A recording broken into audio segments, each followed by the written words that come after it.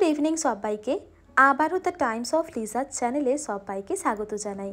আজ আবারও নতুন একটি ভ্লগ নিয়ে চলে এলাম তোমাদের সাথে। এখন সন্ধেবেলা, আর এই সন্ধেবেলার দিকে আমি আর অভিষেক মিলে একটুখানি মার্কেটের দিকে বেরোচ্ছি। আসলে সব সময়তে তো আমাদের বাড়িতে অনলাইনে জিনিসপত্র কেনা হয়ে থাকে, সেটা জামা কাপড় হোক বা গ্রসারি, সব কিছুই বলতে পারো অনলাইনে। কিন্তু আজ আর কোনো রকমভাবে অনলাইনে জিনিসপত্র কিনবো না, দোকানে দাঁড়িয়ে থেকে দেখে তারপর জিনিসটা নেব।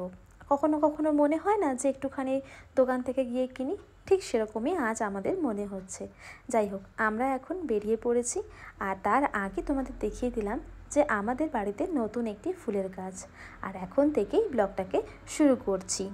বাজার থেকে আসার সময় তো অনেক জিনিসপত্র নিয়ে এসেছি। কী কী নিয়ে এসেছি তোমাদেরকে তো দেখিয়েই দিচ্ছি। তার আগে ছোট্ট করে একটুখানি বলি যে আমাদের বাগানে নতুন ফুলের গাছটির কথা। এমনিতে তো সবাই আমরা জানি যে এই গাছটিকে আমরা বাঙালিরা পরিচিত কাগজ ফুলের গাছ বা কাগজ পাতার গাছ। তো আমিও কিন্তু এই নামেই পরিচিত। আমি যখন দোকানে যাই তো অনেক দিন ধরেই ভাবছিলাম এরকম একটি ফুলের গাছ নেব। সত্যি বলতে ছোট থেকেই খুব ইচ্ছে ছিল আমার বাড়িতে এরকম একটি গাছ থাকবে। আর আমি না বেশ কয়েকদিন ধরেই অনলাইনে বা সোশ্যাল মিডিয়া সব জায়গাতে দেখছিলাম এই ফুলের গাছ। অনেক সময়তে মনে হয় না যে এরকম একটা গাছ আমাদের বাড়িতে থাকুক বা এই ফুলের গাছ আমার বাড়িতে থাকুক, সেরকম আমারও মনে হচ্ছিল। তো সেরকম করতে না করতেই আমি অভিষেককে বলি যে আমার এই ফুলটা খুব ভালো লাগে, তো একদিন গিয়ে মার্কেট থেকে নিয়ে আসি। তো এই গাছটাকে কিন্তু বলা হয় বোগানভেলিয়া। সত্যি বলতে আমি না এই এত বড় নামটা আগে জানতাম না। যখন দোকানে গেলাম, দোকানে জিজ্ঞাসা করলাম, তো উনিও ঠিকভাবে বলতে পারলেন না। তারপর যখন ভালো করে আমি সার্চ করলাম যে এই নামটা কী নাম আছে এই গাছটির, তখন জানতে পারলাম যে এই গাছটির নাম বোগানভেলিয়া। সত্যি বলতে এই ফুলের গাছ কিন্তু অনেক রকমের কালার হয়, তার মধ্যে থেকে আমার এই কালারটা ভীষণ পছন্দ। তবে যাই হোক, পরবর্তী সময়ে আমি চেষ্টা করব বাকি যে ফুলের গাছগুলি রয়েছে, বাকি যে কালারের গাছগুলি আছে, সেগুলো একটা একটা করে নেওয়ার। অবশ্য আমার একটি ইচ্ছে রয়েছে যে এই একটি গাছের মধ্যে সব রকমের ফুল যেগুলো কালার হয় সেগুলোকে দিয়ে অ্যাড করে একটা তৈরি করার গাছের। তো যাই হোক, সেটা কবে পুরো করব তা তো জানি না। যেদিনকে পুরো করব সেদিন তোমাদেরকে অতি অবশ্যই কিন্তু দেখাবো। আমরা যেহেতু কোনো রকমভাবে প্ল্যান করে যাইনি, তাই কোনো রকমভাবেই বুঝতে পারছিলাম না দোকানে গিয়ে কী কী নিতে হবে। যেটাই পাচ্ছিলাম সেটাই ভাবলাম যে হয়তো এটা প্রয়োজন পড়বে পরবর্তী সময়ের জন্য। আসলে এখন তো সময়টা মাসের মাঝখান, তাই সমস্ত জিনিসপত্র ঘরের মধ্যে আগে থেকেই রয়ে গিয়েছে। হয়তো এক্সট্রা কিছু রয়ে গেছে, কিন্তু আমার মনে হয় এটার কোনো প্রয়োজন নেই। তারই মাঝে আমার যেগুলো মনে হলো যে এগুলো প্রয়োজন, তো সেগুলোই নিয়ে নিয়েছি। যেমনটা ম্যাগি। সত্যি বলতে আমরা ভীষণভাবে ম্যাগি খেতে ভালোবাসি, আমি, অভিষেক এবং আমাদের যে ভাইটি রয়েছে সেও ম্যাগি খেতে ভালোবাসে। তো সেই জন্য কিন্তু ম্যাগিটা সবসময় তুলে নিই। আর বাকি হালদিরামের কিছু স্ন্যাক্স আমি নিয়ে নিয়েছি, যেরকম ভেলপুরি আর সাথে সেও ভাজা, এগুলো নিয়েছি। আর এখানে দেখো, এখানে একটা লিকুইড নিয়েছি বাসন মাজার জন্য। তো এটার সাথে না একটার সাথে একটা ফ্রি দিচ্ছিল, তাই নিয়ে নিলাম। তাছাড়া আরও একটি কারণ রয়েছে, তোমাদেরকে আমি বলছি যে কেন আমরা এই লিকুইডটাকে নিয়ে নিলাম। অলরেডি সবার সাথেই তোমাদের পরিচয় করে দিয়েছি আমাদের হাউস হেল্পার দিদির। সেই দিদি আমাদেরকে একদিন বলে যে লিকুইড যেটা আছে সেটা ব্যবহার করলে সবথেকে বেশি ভালো হয়। আসলে সাবান কিন্তু অনেকটাই খরচা হয়ে যায়। দ্বিতীয় কথা হচ্ছে, বাসনের মধ্যে যখন আমরা ইউজ করি তখন বাসনের মধ্যে একটা দাগ ছেড়ে দেয়। তাছাড়া ব্যাকটেরিয়া হচ্ছে আলাদাভাবে আমাদের শরীরের মধ্যে আক্রমণ করে। তো এই সমস্ত দিক দেখতে গেলে আমার মনে হয় লিকুইড সবথেকে বেশি ভালো হয়। লিকুইডে বাসন মাজলে সেটা সাশ্রয় অনেকটা হয়, কোনো রকমভাবে বেশি খরচা হয় না বা বাড়তি খরচা হয় না। তাছাড়া কোনো রকমভাবে স্মেল থাকে না। আর তোমরা দেখবে যে বাসনের মধ্যে কিন্তু লিকুইড ব্যবহার করার পর কিন্তু কোনো রকমভাবেই বাসনের মধ্যে যে এক্সট্রা দাগ থাকে সাবান ইউজ করার পর, সেটাও কিন্তু থাকে না। আর এগুলো সব কিছু দেখার পর এবং বোঝার পর আমার সত্যিই মনে হলো যে এরকমভাবে লিকুইড ইউজ করে সবথেকে বেশি ভালো হয়। আর এমনিতেও শুনেছি, যাদের মনে করো যারা বাড়িতে হাউস হেল্পার হিসেবে আমাদের বাড়িতে কাজ করে থাকে, তো তাদের কথা মনে হয় আমার শোনাটা উচিত হচ্ছে। তাদের কি প্রয়োজন হচ্ছে বা কী কী জিনিস তাদের প্রয়োজন পরবর্তী সময়, তো সেই সব কথাগুলো আমার মনে হয় শুনলে সবথেকে বেশি ভালো হয়। আর এমনিতেও তো ওরা সকলে আমাদের বাড়ির একটা পরিবারের একজন সদস্যর মতোই হয়ে থাকে। তাই আমার মনে হয় যে যদি ওদেরকে খুশি করা হয় তাহলে হয়তো সংসারের মধ্যে আর কোনো প্রবলেম হয় না। আর আরও একটা ব্যাপার যে এই মুহূর্তে মানে ভালো একটা হেল্পার পাওয়া মনে হয় যে সবথেকে বড় মুশকিল হয়ে দাঁড়িয়ে থাকে। তো যাই হোক, আমরা একজন ভালো হেল্পারকে পেয়েছি, তো সেটা একটা আমাদের কাছে বড় পাওয়া। বাজারে যখন গিয়েছিলাম তখন অভিষেকের জন্য একটা ব্রাশ নিয়ে নিয়েছি। দেখতে মনে হলেও ব্রাশটা যে বাচ্চাদের, কিন্তু একদমই না, এটা কিন্তু বড়দের মানে অ্যাডাল্টদের ব্রাশ হচ্ছে। সেটা নিয়ে নিয়েছি। আর দুটো টুথপেস্ট নিয়েছি আমি কোলগেটের, দুটো দু রকম। তোমাদেরকে দেখিয়ে দিলাম কী কী টুথপেস্ট এখন আমরা ইউজ করে থাকছি। একটা হচ্ছে খুব সুন্দরভাবে কিন্তু দাঁতের মধ্যে হলুদ দাগকে ভালোভাবেই ক্লিন করে দেয়। আরেকটা হচ্ছে কিন্তু মানে খুব সুন্দর স্মেল ছড়ায়, মানে মুখের মধ্যে কোনো রকমভাবে আর গন্ধ থাকবে না। তো সেই সব জিনিসপত্রগুলো কিন্তু আমরা বাথরুমের মধ্যে অ্যাড করে দিলাম। আর আমার শ্যাম্পুটা শেষ হয়ে গেছে, সেই শ্যাম্পুটাকেও অ্যাড করে দিয়েছি। আর আমি একটা প্যানের মধ্যে হারপিক দিয়ে থাকি, সেটা আমি তোমাদের দেখিয়ে দিলাম। আগের দিন তোমাদেরকে দেখাচ্ছিলাম না, যে বলেছিলাম যে আমি হারপিকের একটা কি বলবো সাবান ইউজ করে থাকি। সেটা কিন্তু প্রত্যেক ফ্ল্যাশে খুব সুন্দরভাবে মানে ফ্ল্যাশ হয়ে যায়, এবং কোনোরকমভাবে যে দাগ থাকবে প্যানের মধ্যে সেটা কিন্তু আর কোনোরকমভাবে থাকবে না। তোমাদেরকে আমি সেটা দেখিয়ে দিলাম। এখন চলে এসেছি কিচেনে। আর কিচেনে এসে দেখি ভীষণভাবে মশা হয়েছে। তা করতে করতে এসে দেখি যে এখানে একটা অভিষেক মশা মারা ধূপ লাগিয়ে দিয়ে গেছে। সত্যি বলতে এরকম যদি কেয়ারিং হাজব্যান্ড থাকে জীবনে, তাহলে আর কি চাই, তাই না? তো যাই হোক, চলো এবার রান্নাবান্নায় যাই। আর আজকে তোমাদের সাথে আমি শেয়ার করব খুব সিম্পলভাবে আমি ঘরের মধ্যে কিভাবে জিরা রাইস আমি বানিয়ে নিই। আর এই রিকোয়েস্টটা কিন্তু আমার অনেক স্পেশাল একটা মানুষ, সেটা হচ্ছে আমার মা। তো মা আমাকে বলছিল যে কিভাবে জিরা রাইসটা বানাস একটুখানি আমাকে একটু বলে দিস, একটু দেখিয়ে দিস পারলে, তাহলে খুব অনেকটা ভালো হয়। তো সেই জন্য মায়ের জন্যই বলতে পারো যে আমি এই রেসিপিটা তোমাদের সাথে শেয়ার করছি। আর তোমাদের সাথেও কিন্তু এটা আমার শেয়ার করা হয়ে যাবে। কিছু কিছু ভিডিও না, সত্যি কথা বলতে মায়ের রিকোয়েস্টে আমি করার চেষ্টা করি, কিন্তু সম্ভব হয়ে ওঠে না। তো আজকে যখন আমি করতে পারছি, তখন কিন্তু আমার মনের ভিতরে একটা আলাদা রকমই খুশি রয়েছে। তো যাই হোক, তোমাদের সাথে শেয়ার করে দিই আর মাকেও শেয়ার করে দিই। জিরা রাইস বানানোর জন্য তো আমি একটা কড়াই নিয়ে নিয়েছি, তাতে পরিমাণ মতো তেলটাকে গরম করে নিয়েছি। সাদা তেল অবশ্যই নিতে হবে। তার মধ্যে পরিমাণ মতো জিরে নিয়ে নিয়েছি। তা বলে জিরাটা যে একবারে বেশি নিয়ে নেব তা কিন্তু একদমই না। আর একটুখানি কুচনো লঙ্কা নিয়ে নিয়েছি। আর চালটা তোমাদেরকে দেখাচ্ছি। একটু আগে আমি চালটাকে সেদ্ধ করে নেওয়ার পর কিন্তু ভালো করে একটুখানি মানে ঠান্ডা করে নিয়েছি। দেখো একদম ঝুরঝুরে চালটাকে নিয়ে নিয়েছি। এবার যখন দেখবে যে জিরাটা খুব সুন্দরভাবে স্মেল বেরিয়ে গেছে, সেই অবস্থায় কিন্তু চালটাকে আমাদের দিয়ে দিতে হবে। বাইরের থেকে আসার পর আমি একটুখানি রাজমাও বানিয়েছি।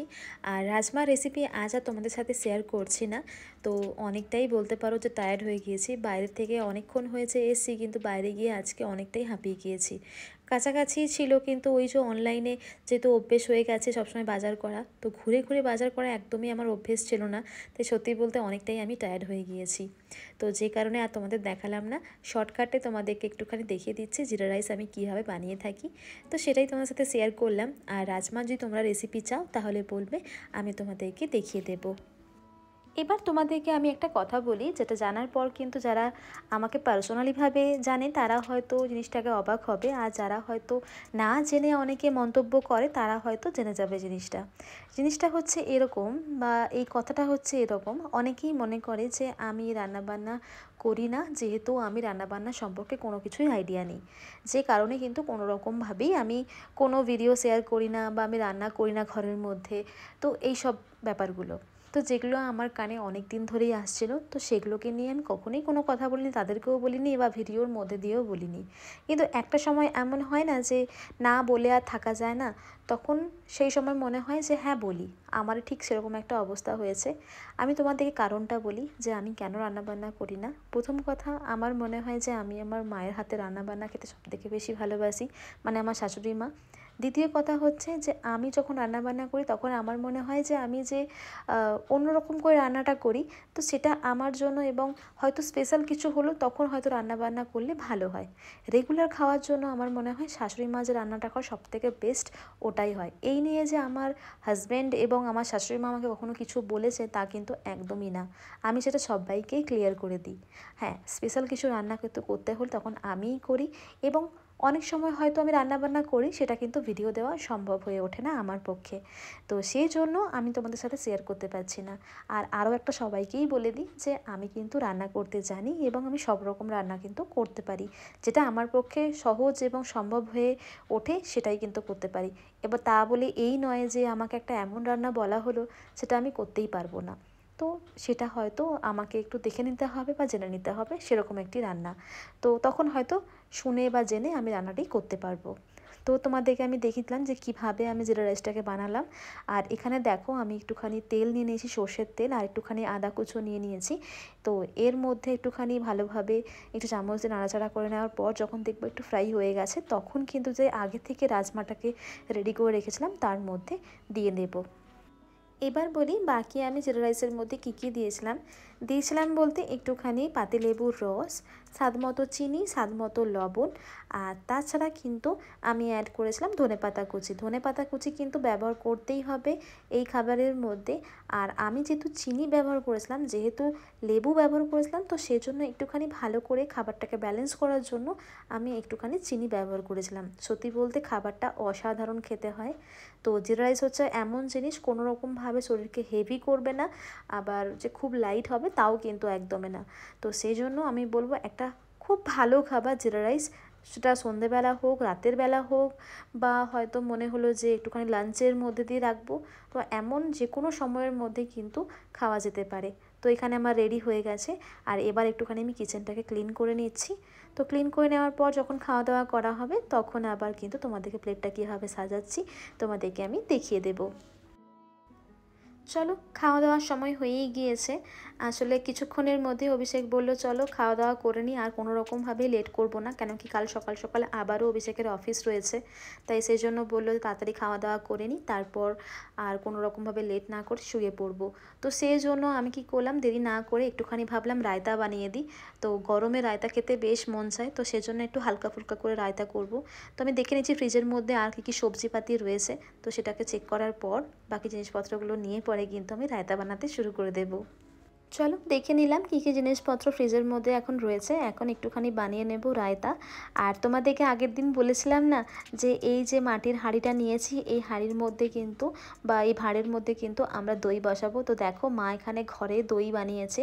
আর তোমরা তো জানো যে বাড়িতে আমাদের দই কিন্তু কোনো রকমভাবেই মানে দোকান থেকে যে কিনে নিয়ে আসবো সেটা খুব কমই হয়ে থাকে, বাড়িতে মা এভাবেই দই বানিয়ে থাকে। আর দেখো কতটা সুন্দরভাবে দইটা এই হাঁড়ির মধ্যে বসেছে। সত্যি বলতে আমার মানে দোকানে দইয়ের থেকে ঘরের দই পাতার যে দইটা হয় সেটা কিন্তু সবথেকে বেশি ভালো লাগে। তো আমি রায়তা বানানোর জন্য দই নিয়ে নিয়েছি। আর ফ্রিজে দেখলাম যে গাজর রয়েছে বেশ অনেকটাই, তো সেই জন্য ভাবলাম একটুখানি গাজর কেটে দিই। আর আমি সবসময় চেষ্টা করি যে লাঞ্চে হোক বা ডিনারে হোক একটুখানি যেন ভেজিটেবলস একদম রভাবে আমাদের পেটে যায়। তো সেই জন্য কিন্তু আমি শসা হোক, গাজর হোক, মূলো হোক, আমি সবসময় দিয়ে থাকি। তো আজকে দেবো কিন্তু গাজর। তো দেখো আমি গাজরটাকে একটু সুন্দর করে কেটে নিয়েছি ডিজাইন করে। তো আমার মনে হয় খাবারটাও যদি একটু সুন্দর করে সাজিয়ে দেওয়া যায় না, তো তখন খাবারের যে ইচ্ছেটা, সেই ইচ্ছেটা কিন্তু ভালোভাবে কিন্তু পুরো হয়ে যায়। মনকেও ভালোভাবে শান্তি দাও এবং পেটটাকেও ভালোভাবে শান্তি দাও। তো দেখো আমি এখানে গাজরটা কেটে নিয়েছি, তো প্লেটের মধ্যে সাজিয়ে নিয়েছি, সাথে একটুখানি লেবুর টুকরোও নিয়েছি। তো গাজর যখনই খাবে না চেষ্টা করবে একটুখানি লেবু আর একটুখানি সল্ট দিয়ে যদি খাও, তাহলে তো গাজরের স্বাদটাও কিন্তু খুব সুন্দরভাবে বেড়ে যাবে।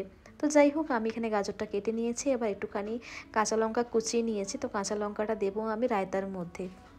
দেখো এখানে যে রায়তাটা আমি বানিয়েছি সেটা কিন্তু নর্মালি যেটা আমরা বিরিয়ানি খাওয়ার সময় রায়তাটা বানিয়ে থাকি ঠিক সেরকমভাবেই বানিয়েছি আমি। তো সব সময় হেভি রায়তা খেতে ইচ্ছে করে না, তো কখনো কখনো এরকম করে রায়তা বানিয়ে দেখো, আশা করছি তোমাদের ভালো লাগবে। তো একদম ভালোভাবে দেখো দইটাকে আমি নিয়ে নিয়েছিলাম 2 চামচের মতো, আর সাথে নিয়েছিলাম একটুখানি জল, ভালো করে ফেটিয়ে নিয়েছিলাম, একটু বেশি পরিমাণে জলটাকে ব্যবহার করেছি। তারপর কাঁচা লঙ্কা দিয়ে দিয়েছি, রায়তা মশলা দিয়ে দিয়েছি, সাথে একটুখানি ব্ল্যাক সল্ট দিয়ে দিয়েছি। তারপরে কিন্তু তৈরি হয়ে যাবে আমাদের রায়তা। তো এখানে দেখো আমি অভিষেকের জন্য আগে রেডি করে দিচ্ছি। তাহলে চলো খাবারটা সার্ভ করতে করতেই আজকের এই ব্লগটা এখানেই শেষ করছি। দেখা হবে নেক্সট ব্লগে, ততক্ষণের জন্য ভালো থেকো এবং সুস্থ থেকো। আর আজকের এই ব্লগটা তোমাদের কীরকম লাগলো সেটা কিন্তু জানাতে একদম ভুলবে না। তো চলো আজকের জন্য টাটা।